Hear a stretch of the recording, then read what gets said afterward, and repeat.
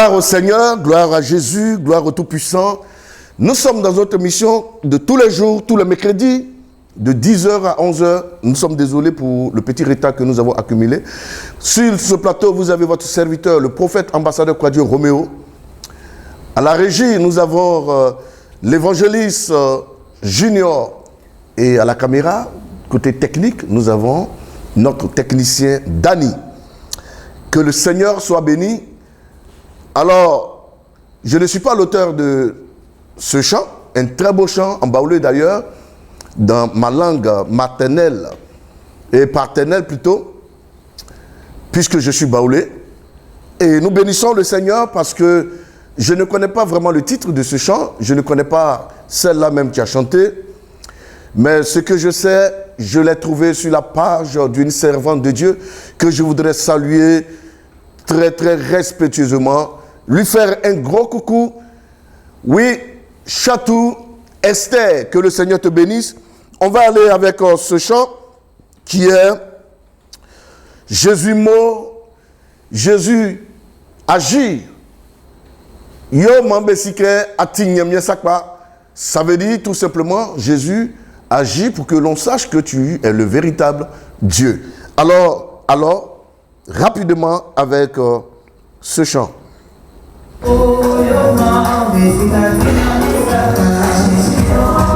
Joma besika tinyamye sakpa. Jésus mo yoma besika tinyamye sakpa. Jésus yoma besika tinyamye sakpa.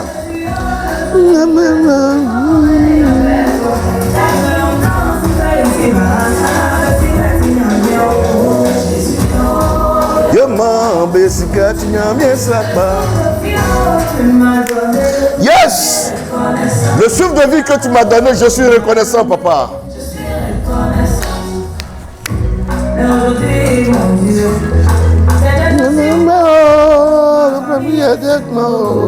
Yeah! Sommet! Un coucou du côté d'Abidjan.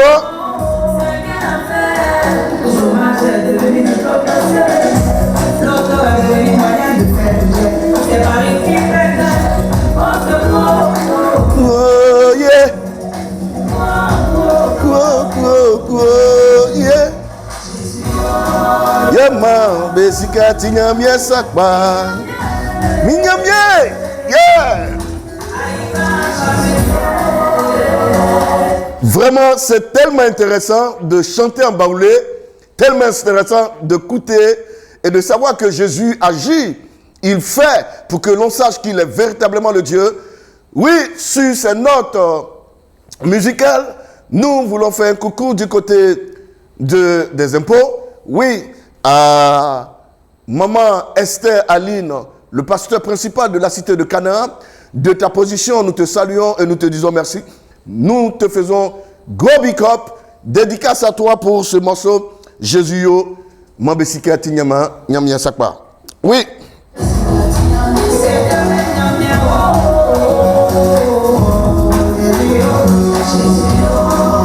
Mambesika Tinyamia Sakpa.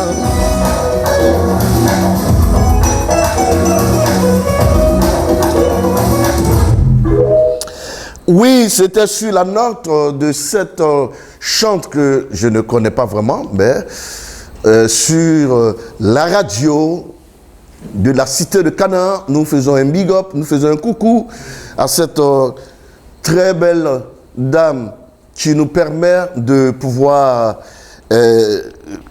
introduire notre émission ce matin. Que le nom du Seigneur soit béni. Et nous prions que par la grâce du Seigneur, que ce morceau, cette belle note musicale puisse transpercer les frontières et s'établir dans les maisons, dans des bureaux, dans des voitures, et que le Seigneur fasse grâce à cette personne afin de pouvoir récolter abondamment de grands fruits, de grandes bénédictions, et que le fruit de ce travail soit pleinement béni dans sa maison. Alors, ce matin, Comme pour tous les mercredis, nous sommes dans notre émission, vous connaîtrez la vérité et la vérité vous affranchira. Alors, bien-aimés frères et sœurs, nous sommes dans le cadre de l'église. Aujourd'hui, à la cité de Canaan, Cise, à Ngondié, à Missa, nous sommes précisément dans la commune d'Akanda, à Libreville, au Gabon. Oui, ce matin, je voudrais vous parler de la loyauté. Oui, je voudrais vous parler de la loyauté, Oui, il est très important d'être loyal, il est très important d'être fidèle. Et d'abord, avant de tout commencer, il va falloir que nous sachions qu'est-ce que c'est que la loyauté, bien-aimés frères et sœurs. Et la loyauté, c'est alors la fidélité, oui, à tenir sa parole, à faire honneur à ses engagements. La loyauté, c'est tenir parole. La loyauté est être fidèle à ses engagements. Bien-aimés frères et sœurs, nous trouvons la loyauté lorsque il y a des pactes.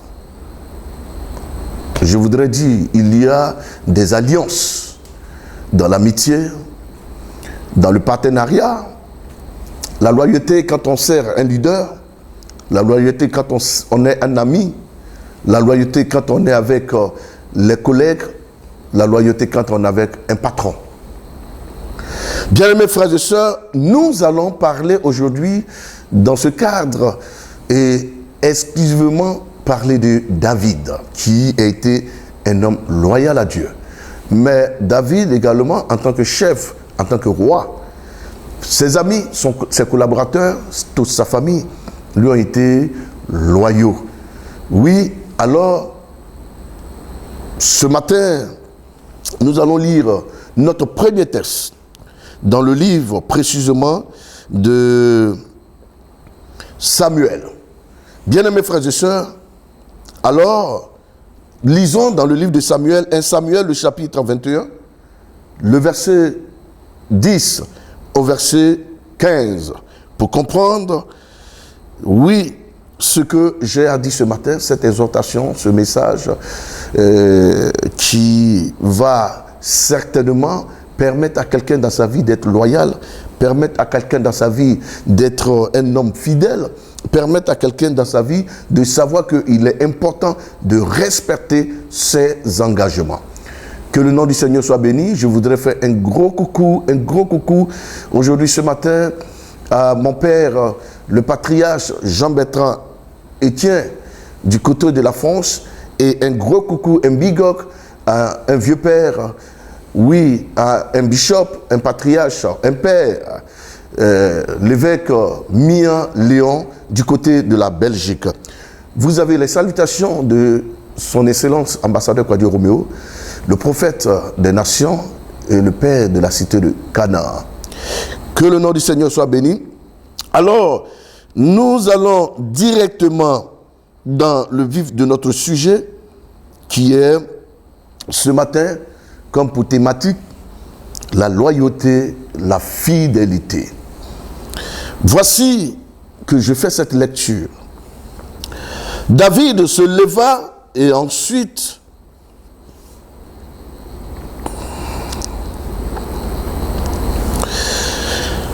et s'enfuit le jour loin de Saül. Il arriva chez Akish, roi de Gad. Les serviteurs d'Akish lui disent, n'est-ce pas là David, roi du pays? N'est-ce pas celui pour qui l'on chantait en disant, Saül a frappé ses 1000 et David ses 10 000. David prit à cœur ces paroles et il eut une grande crainte d'Akish, roi de Gad. Il se montra comme fou à leurs yeux et fit devant eux des extravagances. Il faisait des marques sur les battants des portes et il laissait couler sa salive sur sa barbe.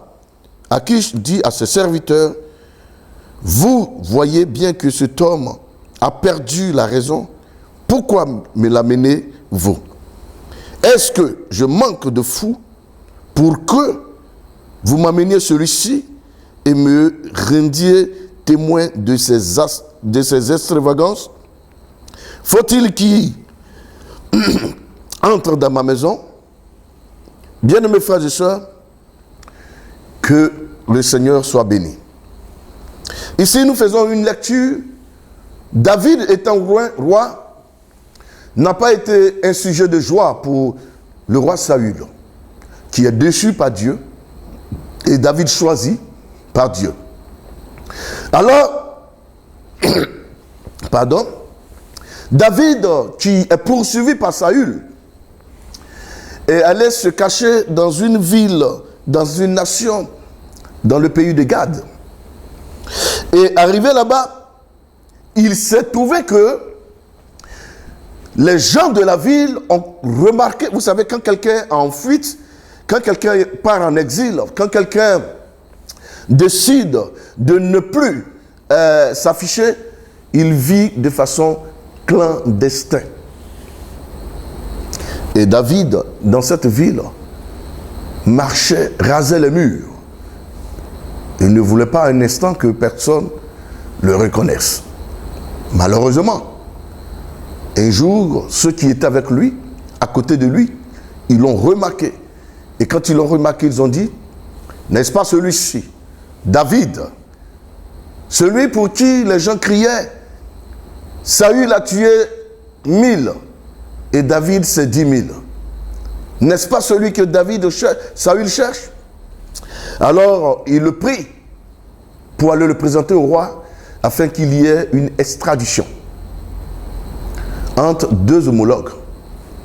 David, voyant que la situation était compliquée et difficile, et que le maître, qui est le roi, oui, devrait l'amener auprès du roi Saül et que sa vie pouvait s'arrêter, devant Dachis, le roi de Gad, David va jouer le fou. Oui, David va jouer le fou. Pour ceux qui ne savent pas, pour son salut, pour sa délivrance, le roi David a été un jour obligé de jouer le fou, a commencé à faire des choses extravagantes. Il a commencé à poser des actions bizarres. Il a commencé à jouer les rôles d'un homme qui était fou. Oui, je montre ces signes-là, je fais ces grimaces pour que vous compreniez ce que c'est que l'extravagance. Et David, non seulement ça, comme il était barbu, qu'est-ce qu'il va faire? Il va laisser couler sa bave. Il va faire une bave dans sa bouche, remuer ses salives, jusqu'à ce que ça bave. Excusez-moi, c'est dégueulasse, mais il faut que je vous explique ce qui s'est passé. Et David va commencer à laisser couler cette bave sur sa barbe. Et ça va donner vraiment quelque chose de très dégueulasse. Et David va commencer à faire des gestes comme s'il était quelqu'un de vraiment fou. Mais ces hommes voulaient tellement, certainement, cette récompense, qui était une tête mise à prix.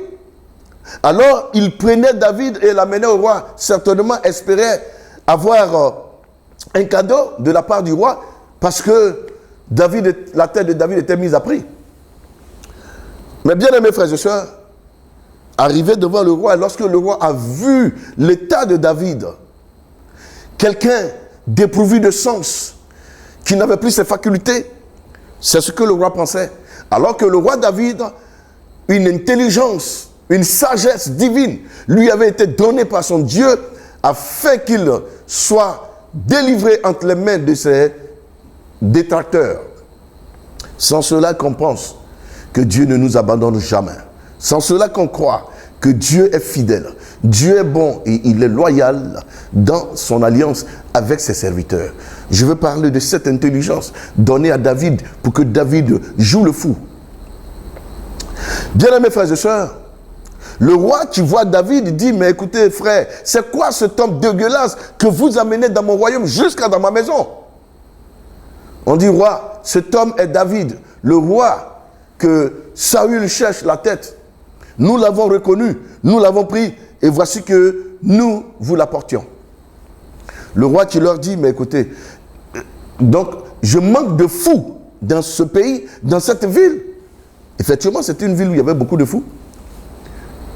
Et David, sachant que la ville était remplie de fous, il s'est inspiré de ces folies pour jouer les fous. Et le roi annonce que, mais avec tous les fous qui sont ici là, encore, c'est un autre fou d'une autre nation que vous allez l'apporter dans ma maison.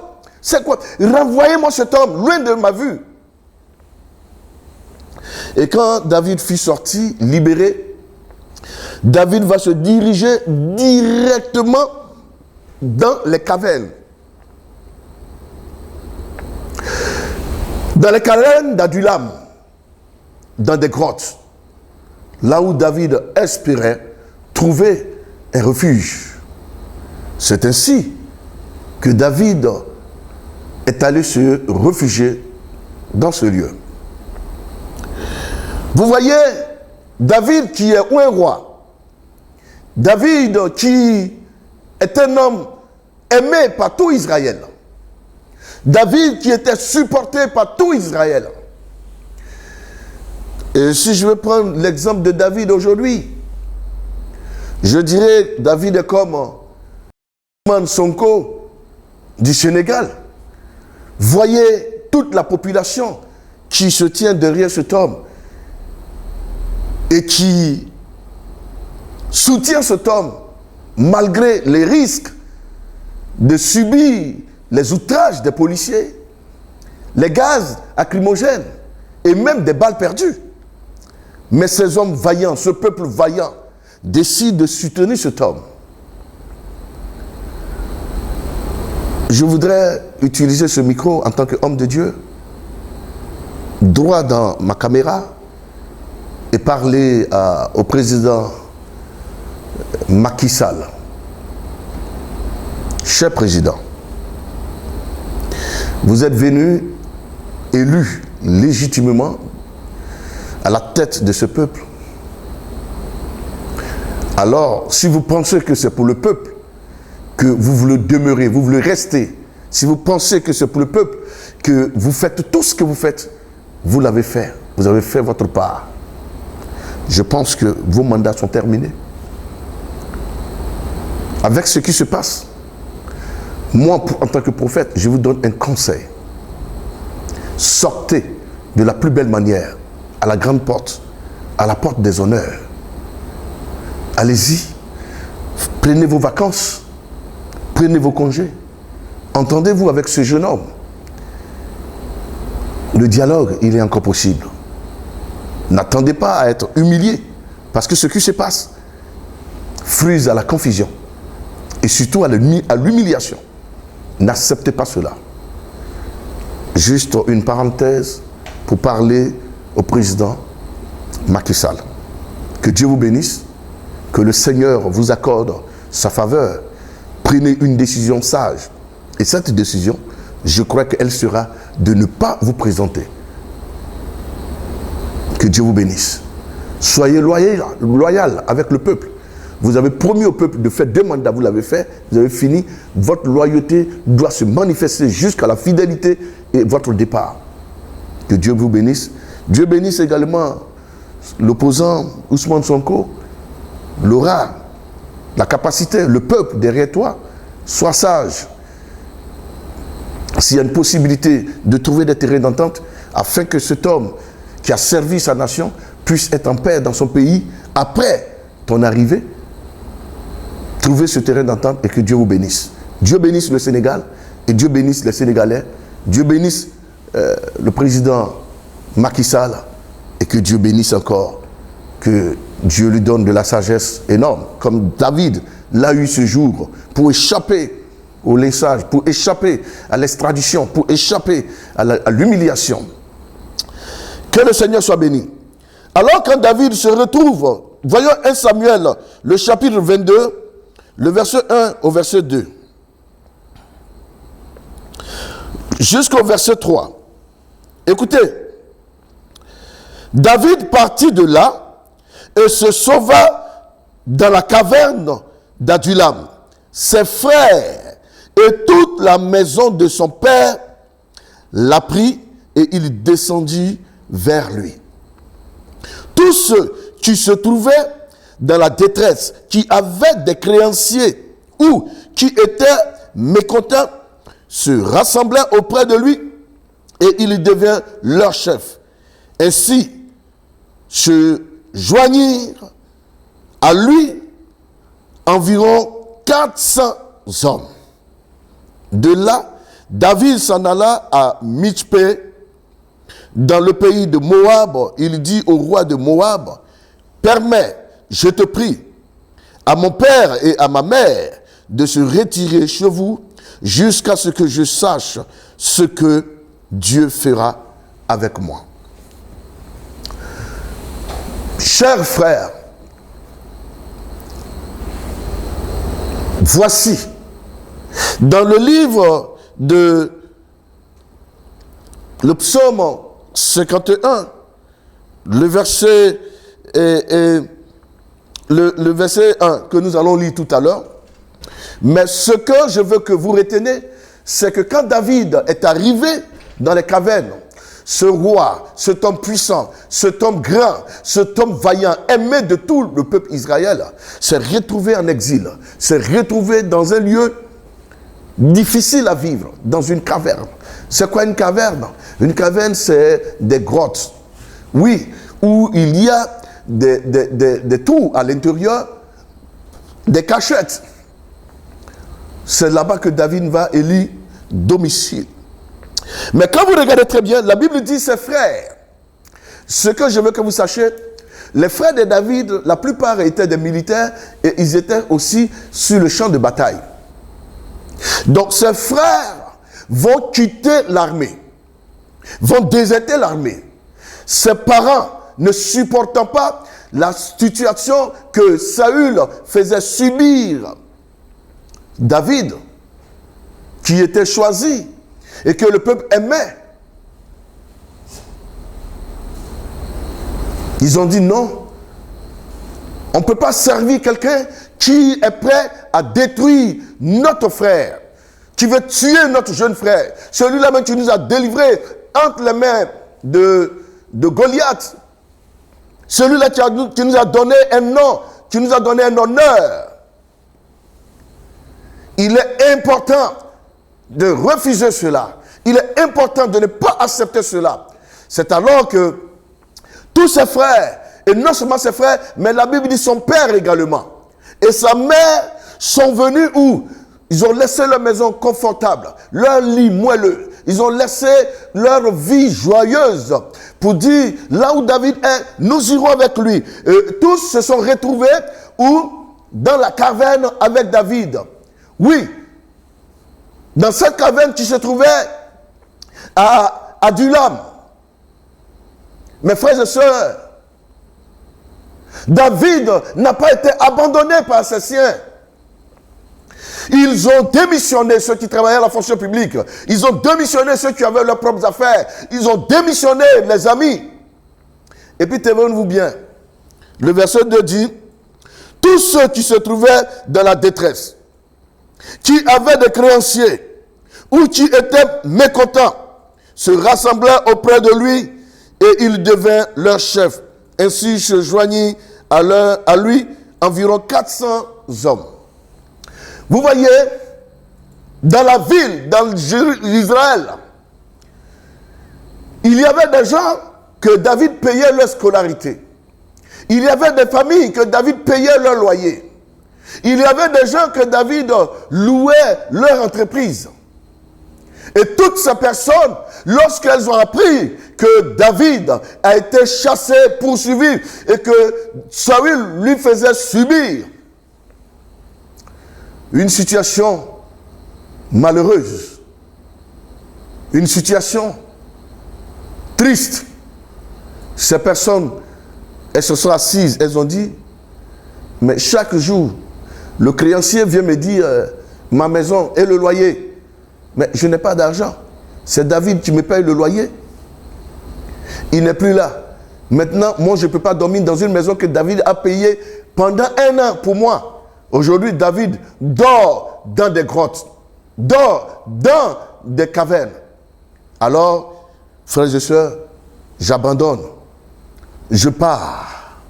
Moi aussi, dormir dans ces cavernes avec David. Frères et sœurs, c'est ça la loyauté. C'est ça la fidélité. Non seulement ça, ses propres frères qui étaient même dans l'armée. La Bible dit ses frères.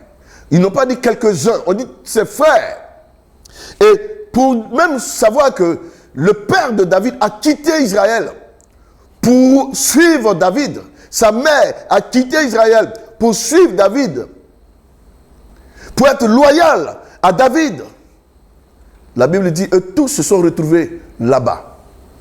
Mais regardez ce qui va se passer.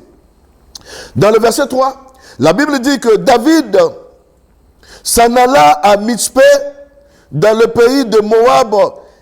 Il dit au roi de Moab, permets, je te prie, à mon père et à ma mère de se retirer chez vous jusqu'à ce que je sache ce que Dieu fera avec moi.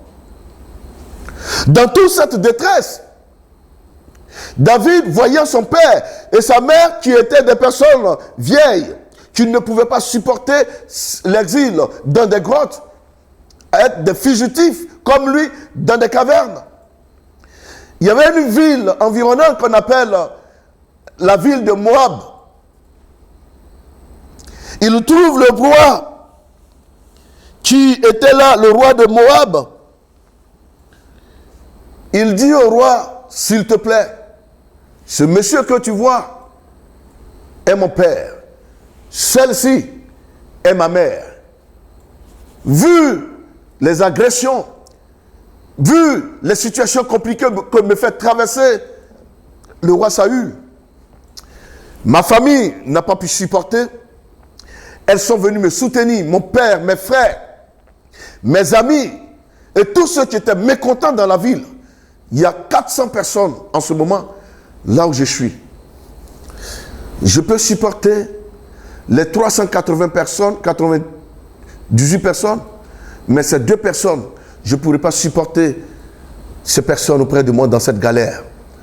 Je te prie, accueille ces parents, accorde-leur ton asile, qu'ils trouvent refuge auprès de toi, et moi, j'y resterai jusqu'à ce que je sache ce que Dieu veut de moi. Dans tout cela, David n'a pas abandonné le Seigneur. David n'a pas attribué des paroles méchantes à Dieu. Il dit, pour mon père et ma mère, c'est ce qui est compliqué. David aurait pu chercher asile auprès du roi. Mais David a préféré se confier à l'Éternel qu'à un homme. David croyait en son Dieu. David croyait en son Créateur. David croyait en son Maître, celui qui l'a appelé et celui qui l'a établi. David était loyal à Dieu. La loyauté est très importante dans la vie d'un homme. Vous voyez toutes ces personnes qui sont venues voir David. C'est des personnes qui se sont senties frustrées, pas parce que le roi avait un problème contre eux, elles, mais parce que David, ces personnes aimaient David. Et ces personnes aimaient véritablement David. Lisons 1 Samuel 18, le verset 16.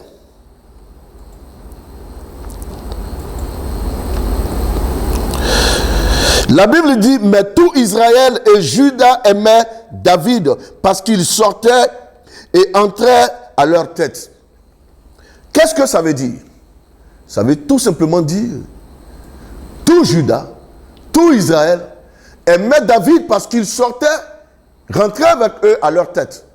Ça veut dire que voici le roi. Quand les gens vont au football, David était là-bas. Quand les gens vont dans les travaux champêtres, David les accompagnait. Quand des gens faisaient des festivités, David était toujours là. David était au milieu de son peuple. David aimait son peuple. En retour, ces hommes lui témoignaient un amour sans faille, un amour infini.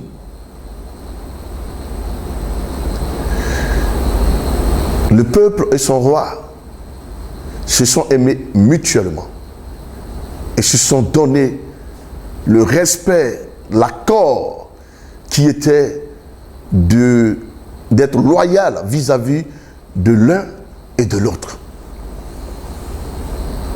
Bien-aimés frères et sœurs, vous devrez savoir une chose qui est très importante, c'est que dans certaines situations, Dieu peut permettre certaines situations afin que vous réalisez vous-même, que vous ayez l'occasion de savoir ceux qui sont auprès de vous, ceux qui sont avec vous dans des moments bons, dans des moments glorieux, dans des moments de joie, de paix, de fête.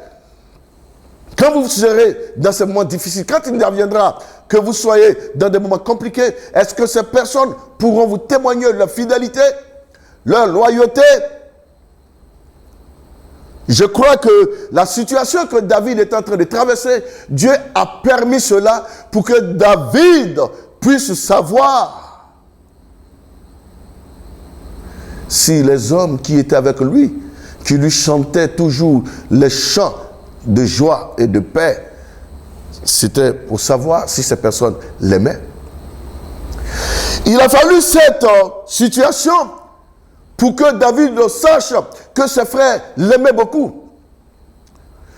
Puisqu'ils avaient des conditions très bien. Ils étaient dans l'armée de Saül. Ils jouissaient de la grâce de Saül. C'étaient des fonctionnaires. Son père également, qui avait reçu des biens de la part de Saül, quand David a tué Goliath, puisqu'on l'avait affranchi des impôts, on lui avait même donné des biens. Mais ils ont abandonné tout ça parce que leur fils était dans des difficultés. Pour montrer à leur fils leur attachement, leur fidélité, leur loyauté et leur amour. Aujourd'hui, il est difficile, entre griffes, de trouver des hommes loyaux et des hommes fidèles. Avoir beaucoup d'amis, dire que tu es mon ami, ne veut pas dire que tu es loyal, tu es fidèle. Ta fidélité et ta loyauté se fera savoir lorsque cette personne arrivera à tout perdre. Cette personne sera accusée de partout. Cette personne sera accablée, chassée, humiliée. Et que lorsque tu viendras lui apporter ton soutien, tu viendras lui témoigner de ton amour et de ta présence. C'est alors qu'on parle de loyauté, c'est alors qu'on parle de fidélité. Voyons un passage dans le livre du psaume, le chapitre 57, le verset 1.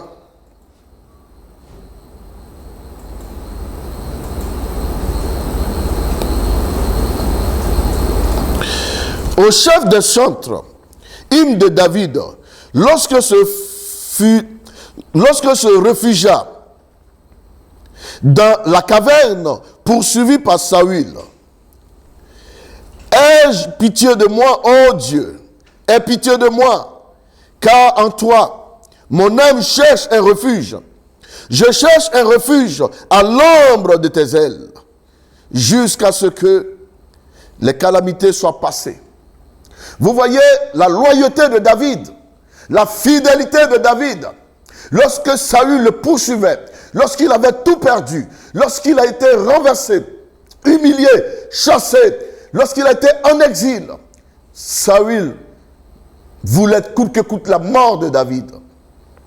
David le savait.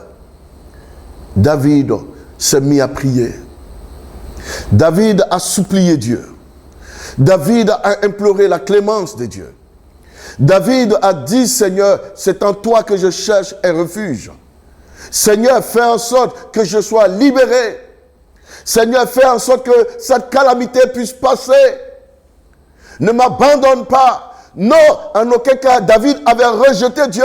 Combien de personnes, tant qu'il y a quelques difficultés, relâchent, abandonnent leurs églises, abandonnent le Seigneur, abandonnent Dieu. Combien de personnes? Lorsqu'il y a une petite situation, alors, comme des chiens, il faut retourner à ses vomissements. Frères et sœurs, soyez des hommes fidèles. Soyez des hommes loyaux. Envers Dieu, envers les hommes, envers vos engagements. Ça, c'est très important. Quand vous regardez, la Bible dit dans 1 Samuel, le chapitre 18, au verset 16, pendant que David était dans les cavernes, il y avait un groupe de personnes, de 30 soldats, qui ont combattu les Philistins et qui ont vaincu les Philistins. Mais de ces groupes-là, 3 se sont détachés. Et ces 3-là sont venus trouver David. Et quand ils sont venus trouver David, dans 1 Samuel, le chapitre 18, verset 16, de verset 15, regardons plutôt dans 2 Samuel, le chapitre 23. 2 Samuel, le chapitre 23.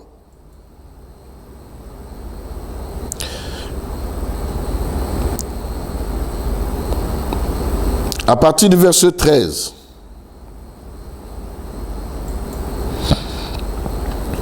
La Bible dit, 3 des 30 chefs descendit du temps de la moisson et vint auprès de David dans la caverne d'Adulam. Lorsqu'une troupe de Philistins était campée dans la vallée de Réphaïm, David était alors dans la forteresse, il y avait un poste de Philistins à Bethléem. David eut un désir et il dit, qui me fera boire de l'eau de la citerne qui est à la porte de Bethléem? Alors, les 3 hommes vaillants passaient au travers du camp des Philistins, puisaient de l'eau de la citerne qui est à la porte de Bethléem. Ils l'apportaient à la présenter à David. Mais il ne voulut pas la boire et il répandit devant l'Éternel. Il dit, loin de moi, ô Éternel, de penser de faire cela. Boirai-je le sang de ces hommes qui sont allés au péril de leur vie? Et il ne voulut pas la boire. Voilà ce que fit ces 3 vaillants.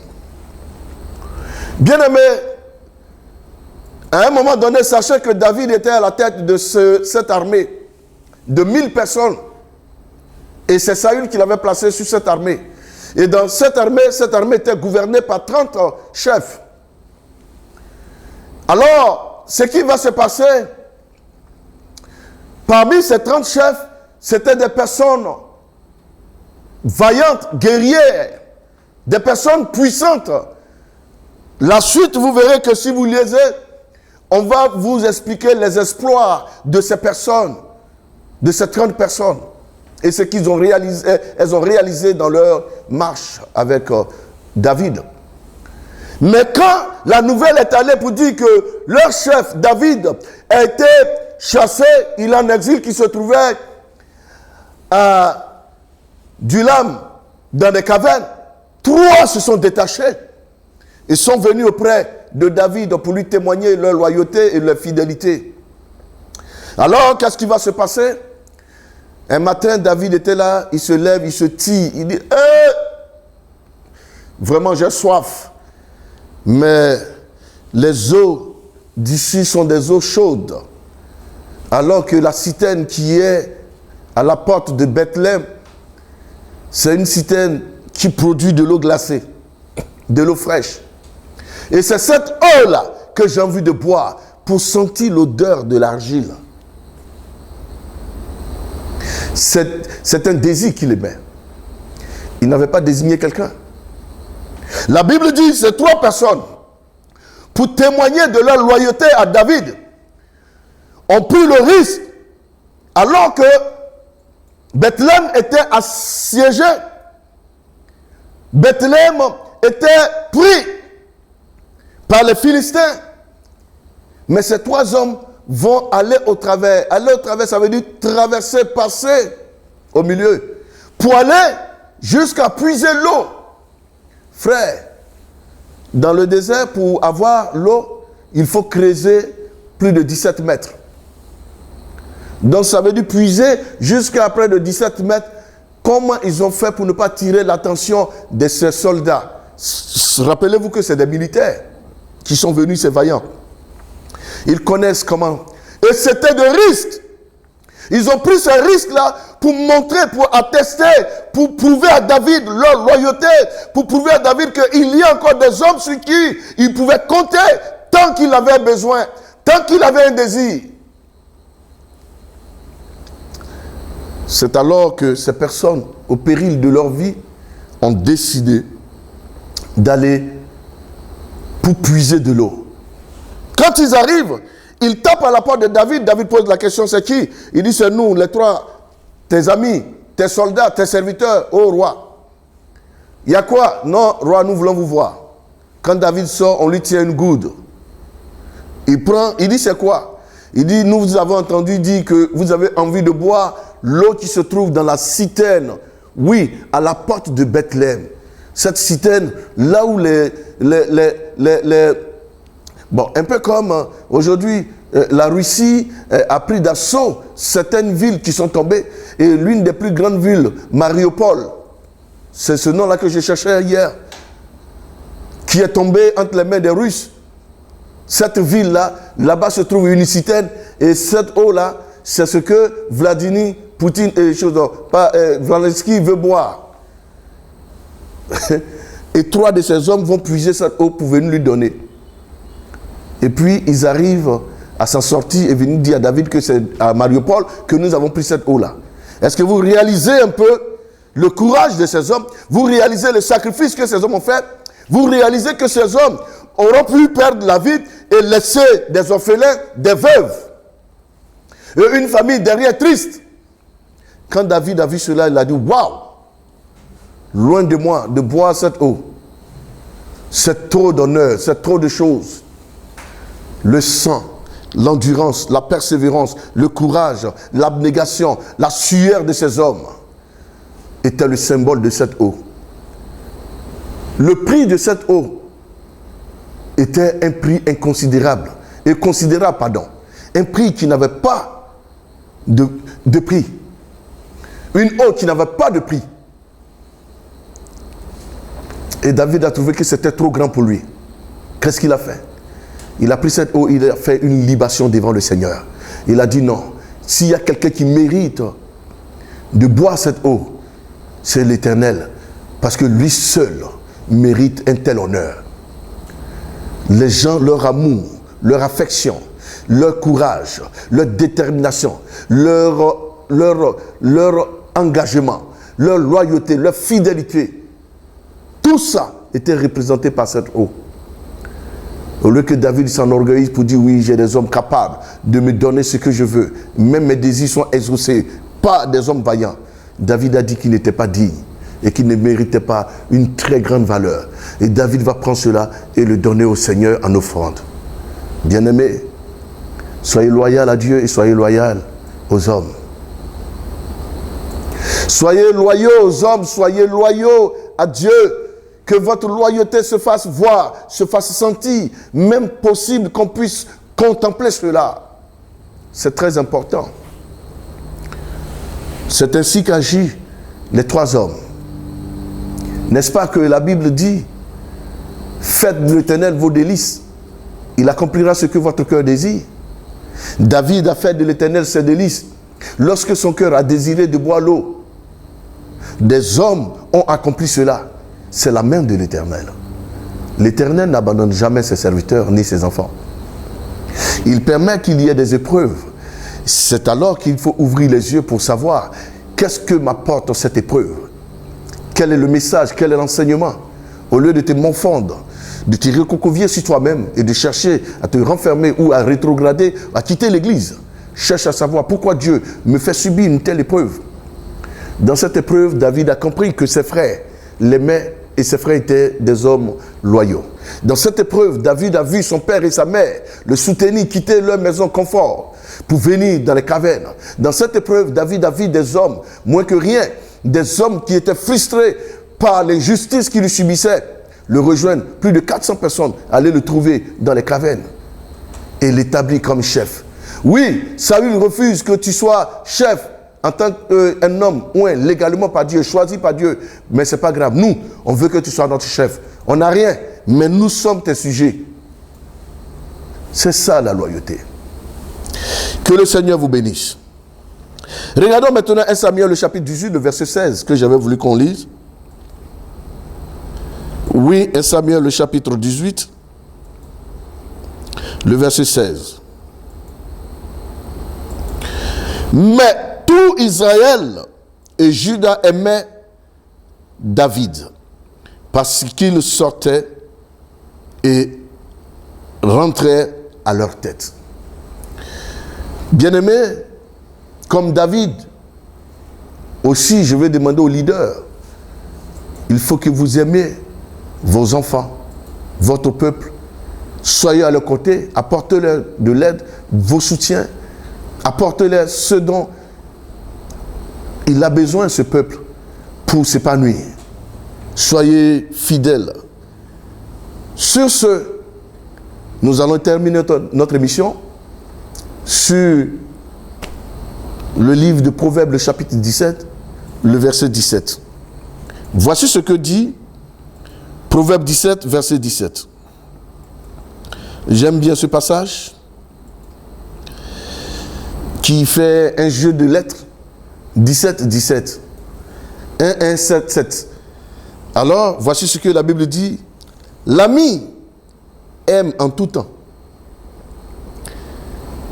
Et dans le malheur, il se montre un frère. L'ami aime en tout temps.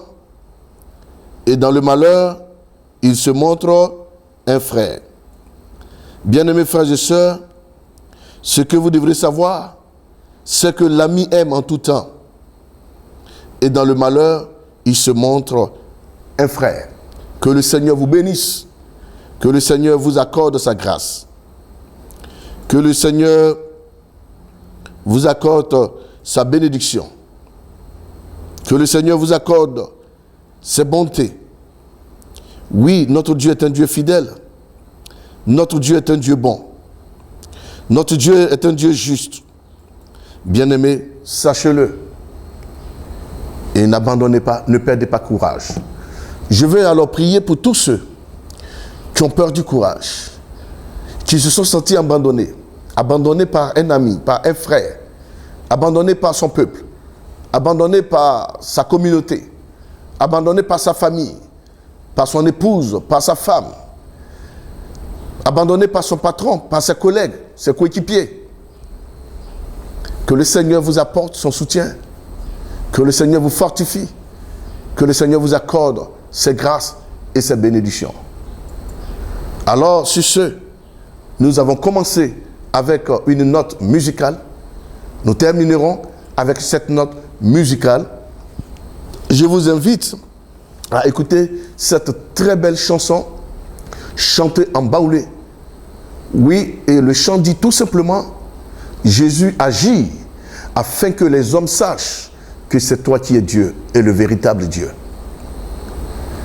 Que le Seigneur vous bénisse, que le Seigneur vous accorde sa grâce, que le Seigneur vous accorde sa bénédiction. C'est parti.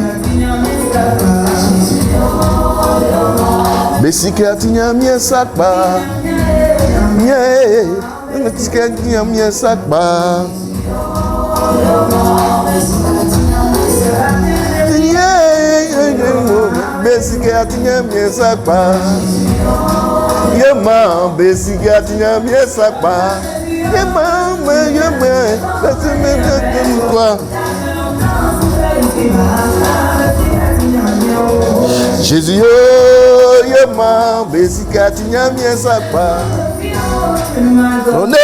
je suis reconnaissant. Je suis reconnaissant. C'est Dieu sur moi. Ma famille est de Rambo. Hey. Le quartier me pointe de doigt. Ayez la gorge.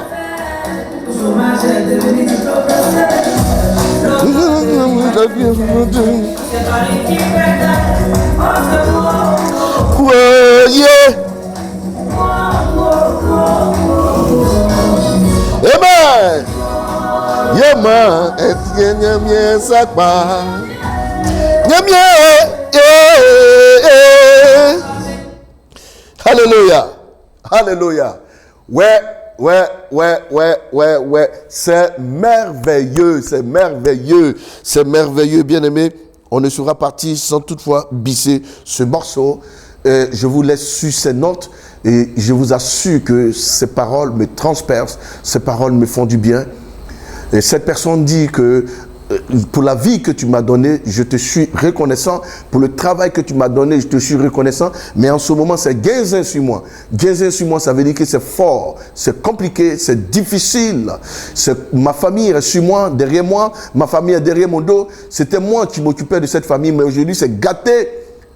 Fais quelque chose, agis pour que l'on sache que tu es le véritable Dieu. Soyez des hommes loyaux. Soyez des femmes loyales. Et soyez fidèles à Dieu et à vos amis, à vos engagements, à vos proches. Allez, c'est parti.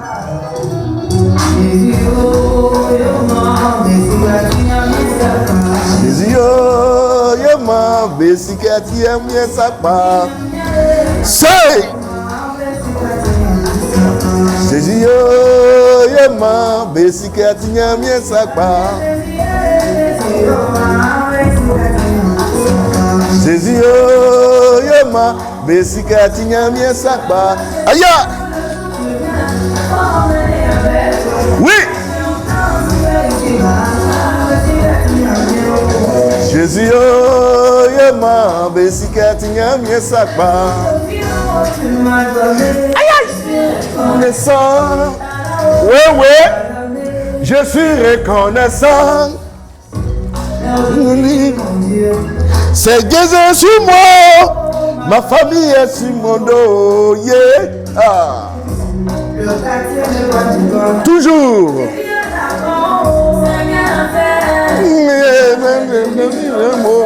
Chômage est devenu diplôme. Aïe aïe.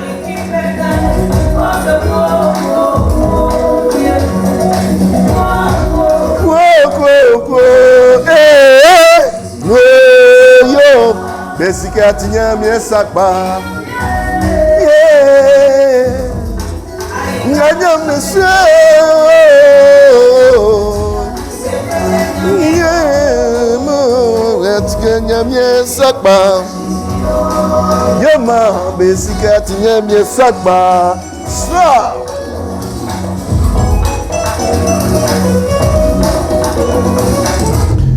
Amen.